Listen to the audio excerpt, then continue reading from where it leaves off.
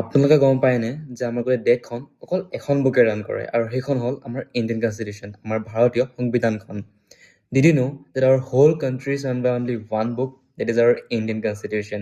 এই বুকখনত আমাৰ দি আছে আমাৰ ৰাইটছ কি হ'ব, আমাৰ ডিউটিজ কি হ'ব, গভৰ্ণমেণ্টৰ কি ৰোল হ'ব, গভৰ্ণমেণ্টে কি কৰিব পাৰিব, কি কৰিব নোৱাৰিব, গোটেইখিনি আমাৰ ইয়াত দিয়া আছে আমাৰ ইণ্ডিয়ান কনষ্টিটিউশ্যনখনত। আৰু আমাৰ ইণ্ডিয়ান কনষ্টিটিউশ্যনখন আটাইতকৈ লেণ্ডিয়েষ্ট কনষ্টিটিউশ্যন হয় আৰু ৰিটেন কনষ্টিটিউশ্যন হয়।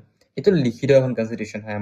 আমাৰ যিখন সংবিধানখন হয় এখন লিখিতভাৱে আছে আৰু এডপ্ট কৰিছিলে 26 নৱেম্বৰ 1949 আৰু ফ'ৰ্চত আহিছিলে যেতিয়া কাৰ্যকৰী আৰম্ভ হৈছিলে সেইটো হ'ল 26 জানুৱাৰী 1950।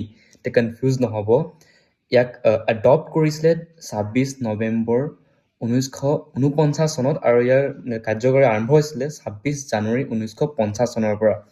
তো এইখিনি ক্ষেত্ৰত কনফিউজ নহ'ব আৰু আপোনালোকে যদি ভাল পায় তেনেকুৱা কণ্টেণ্ট তো please do subscribe, do like and do share this video'. By.